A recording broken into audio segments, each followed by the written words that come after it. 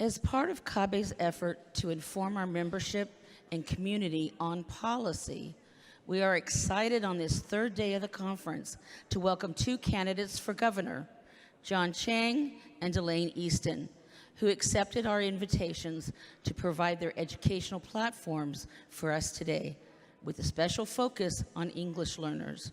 Join us in welcoming gubernatorial candidate and former State Superintendent of Public Instruction, Delaine Eastin.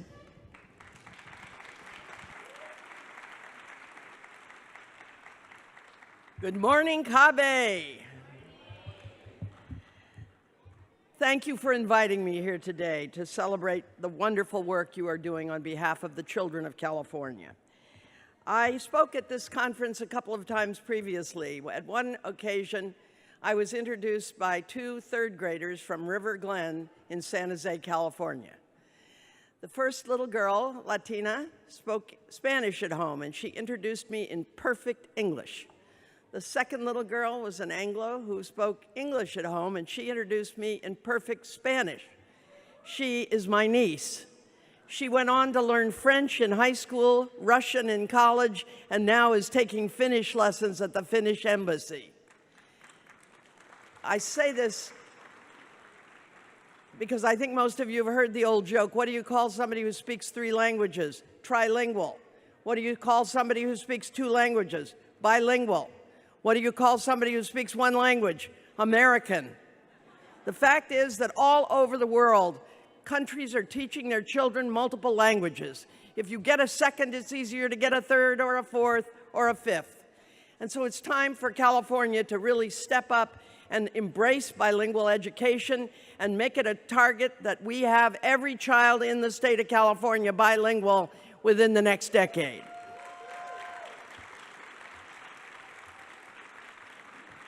When Proposition 227 passed, I was heartbroken.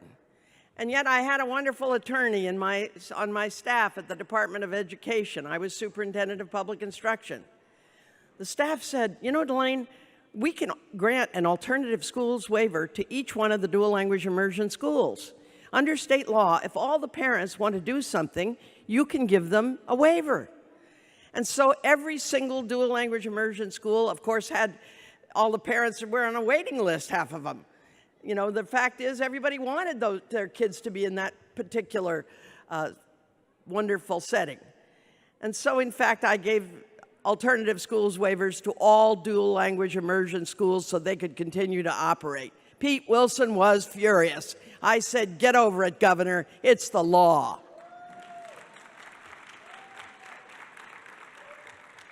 So with you, I celebrate the overturn of Proposition 227 last year. Hooray for the people of California for seeing the light and for not continuing down that poor path. It is a gift to our children to teach them multiple languages.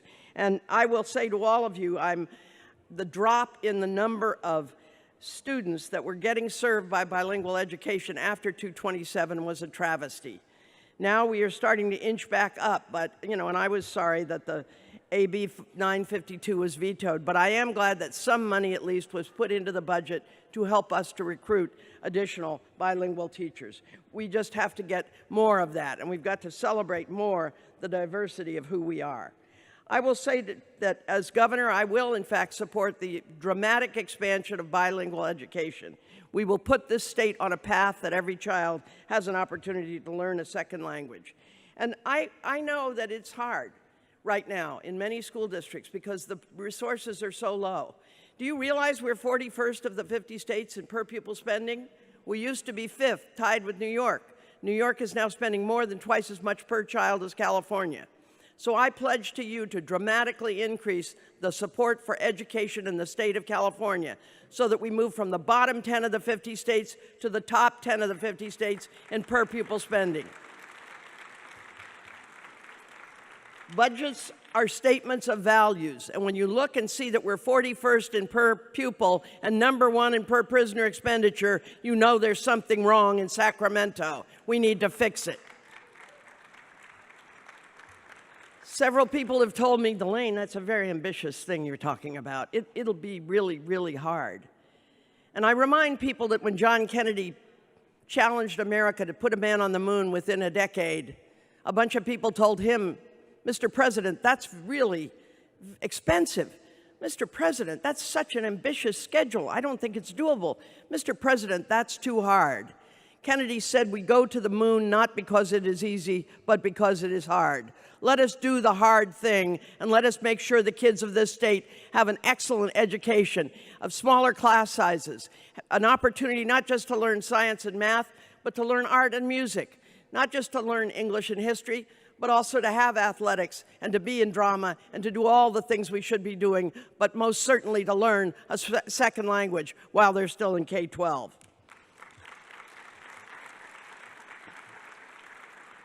I'll also say to all of you, it's time to make college tuition free again. If we want to have a lot more teachers, we need to make it more reasonable to attend college in the state of California. And if a bunch of people coming out of a depression and a war could figure out how to do it, then we, by God, ought to be able to figure out how to do it too. It's also time to build more college campuses in our Central Valley, up in the mountains, over in the less populated parts of the state, because in fact, a lot of rural kids don't go to college because it's too far to go. Ladies and gentlemen, since 1985, we built 1 UC out of 10. We built 3 CSUs of the 23. We built only 9 community colleges. Do the math. We built 13 colleges and universities and 23 prisons. Let's get our priorities straight in California again. Thank you all very, very much for the chance to be with you today. Thank you so much. It's wonderful to hear your perspective.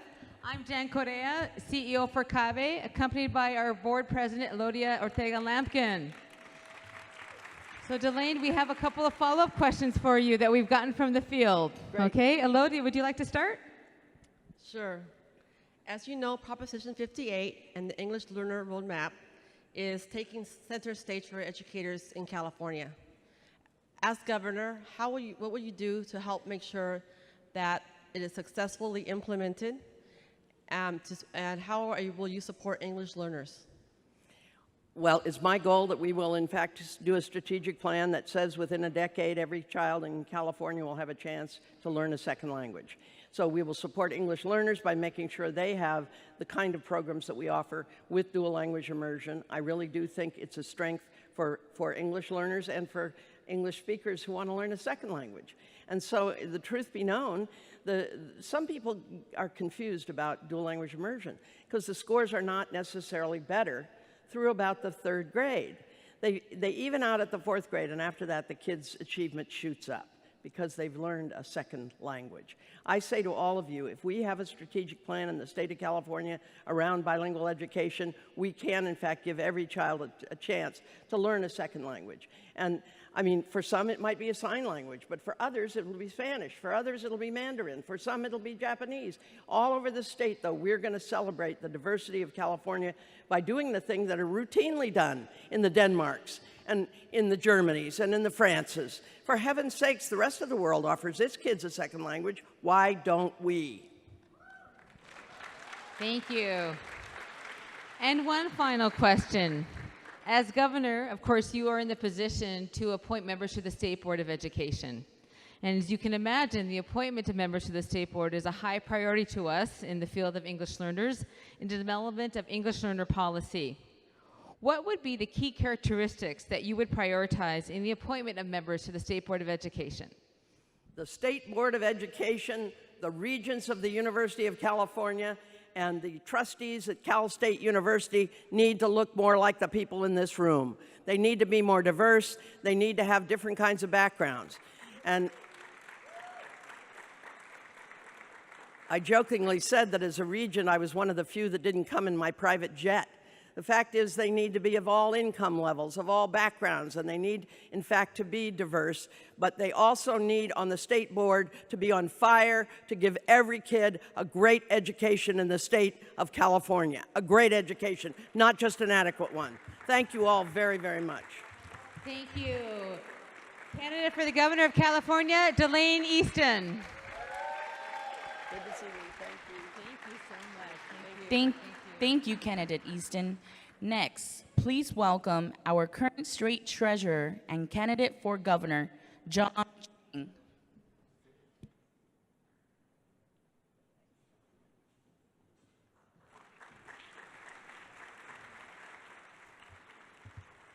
Well, good morning. It's an extraordinary privilege to be with all of you. I want to thank CABE and to its members for this extraordinary opportunity to be with all of you. Let me introduce myself and give you a sense of who I am and how I come to this topic. My parents were immigrants who came to this country in an early iteration of America in the 1950s. We know that in the early history of the United States of America, we discriminated against the immigration of people from certain countries. In California, in the United States of America, they excluded the Chinese Americans in 1882, in part because the Chinese were part of the progression of leading for equal opportunity in this country. When you think about the court case that involved access to public education, it involved somebody who was Chinese. When you talked about who is a United States citizen, it involved a Chinese person trying to fight to become a Chinese American. And so my parents, once they started lifting those restrictions, came separately from Taiwan. And my dad came to this country with 3 shirts, 2 pairs of pants, not much money in his pocket, because America was the promised land. When you think about a country that provided the greatest aspirations then, and more importantly, today, it was the United States of America. And so he had to start all over like my mom, who came to this country, got on her hands and knees, scrubbed floors to pay for her English lessons. So I know the importance of language and communication. My dad eventually went on to get his PhD in his 5th language, because when he grew up in Taiwan, right, it was under Japanese occupation. So he spoke Taiwanese, Japanese. Chiang Kai-shek came over, but they spoke Mandarin before that. German, they taught German, the sciences in German, because they wanted to be authentic. So his German wasn't great, but it was German. And then when he came to the United States, he had to learn this language. My mom picked up 4 languages. And so that's my passion, because I have a great sense of what other languages mean. And I have a great sense. This is a state that is the home of the greatest aspirations and dreams of people who come from every corner of this earth. So this state has over 220 languages spoken. And we want more, right? Because we want people to understand, regardless of where you come from, regardless of your background, regardless of your history, regardless of your faith, regardless of your orientation, if it's in your mind, if it's in your spirit, if it's in your soul, and you want to be an American, we want you to be an American. And we want to bring all of us together to reach for the skies together, to reach for the heavens together. And I want to make sure that we pass that on to the next generation. I'm not blessed with my own biological children, but I'm blessed with 8 godchildren. I don't know how many of them are going to church today. I'm trying to get to church today. But they're biracial, as we see with so many Californians. They're Asian, as can be expected.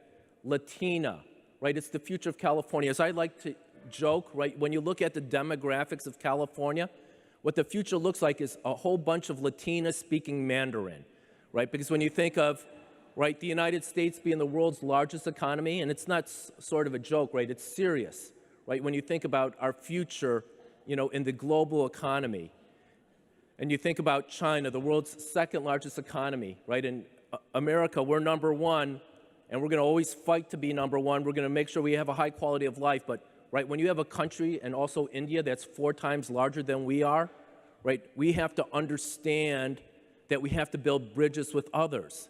And you can't have a bridge when, in fact, our wall is language.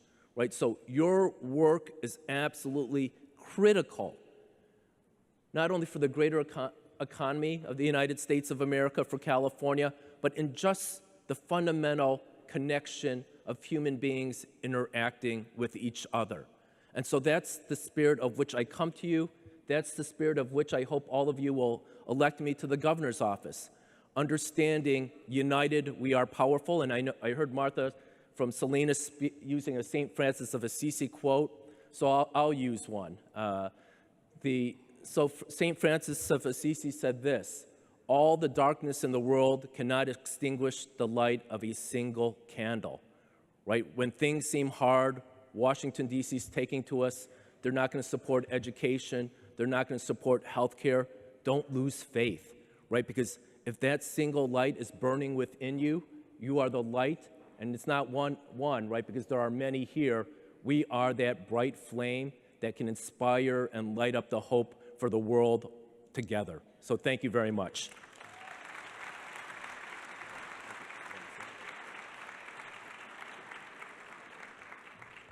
What a treat to have our state treasurer here with us, John Chiang. How about another hand for him? Thank you. So, as you know, for us, this is really a new day in California. Last year, with the passage of Prop 58, we had support of 73.5% of all elected voters that voted yes for multilingual education.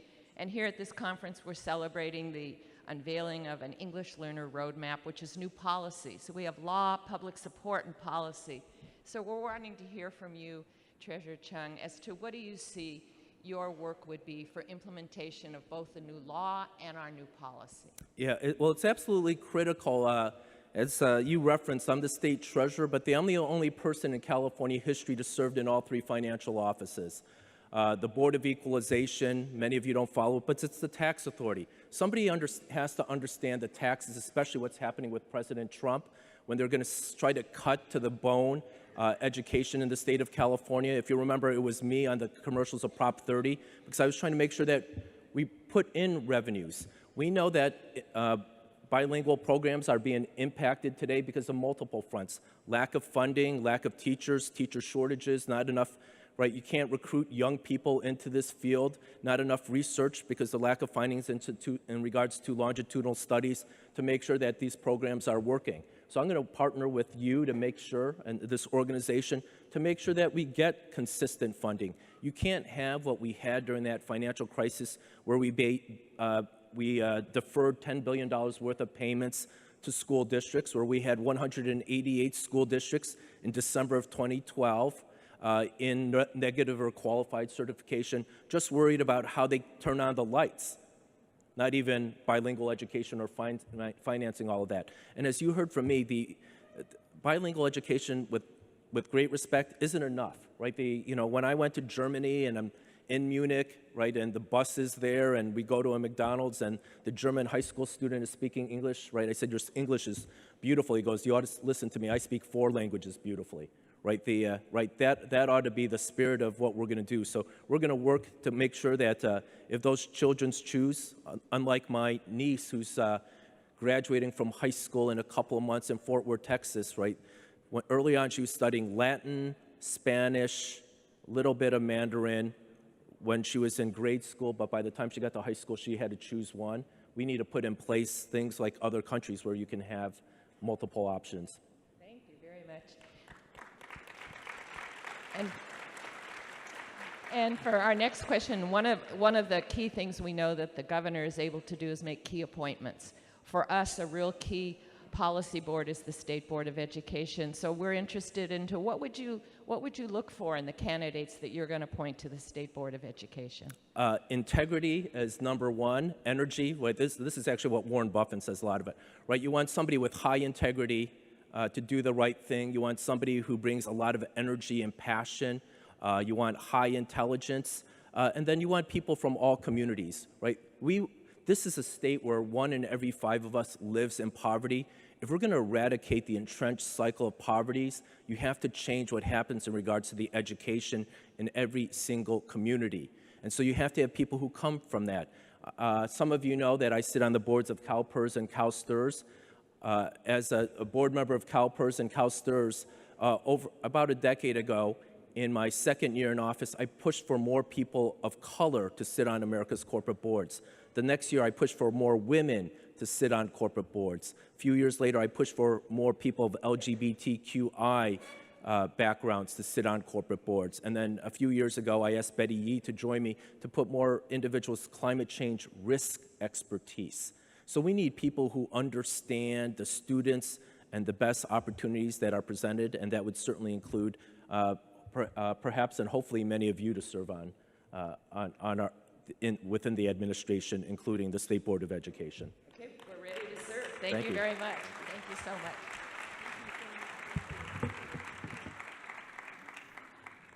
Okay, so following up on our gubernatorial candidates, we just want to make sure that all of you, and many of you did, we want to thank you, pulled out of your bag yesterday the letter that will be going to the chair of Assembly Ed, Assembly Member Patrick O'Donnell, telling him that we have thousands of people supporting the legislation authored by Assembly Member Tony Thurmond to issue competitive grants for expanding existing and initiating new dual immersion and developmental bilingual programs.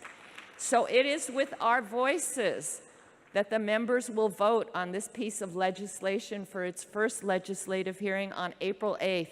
So just tear off that letter, sign it, and when you leave today, there'll be boxes on the floor. We'll be collecting the letters.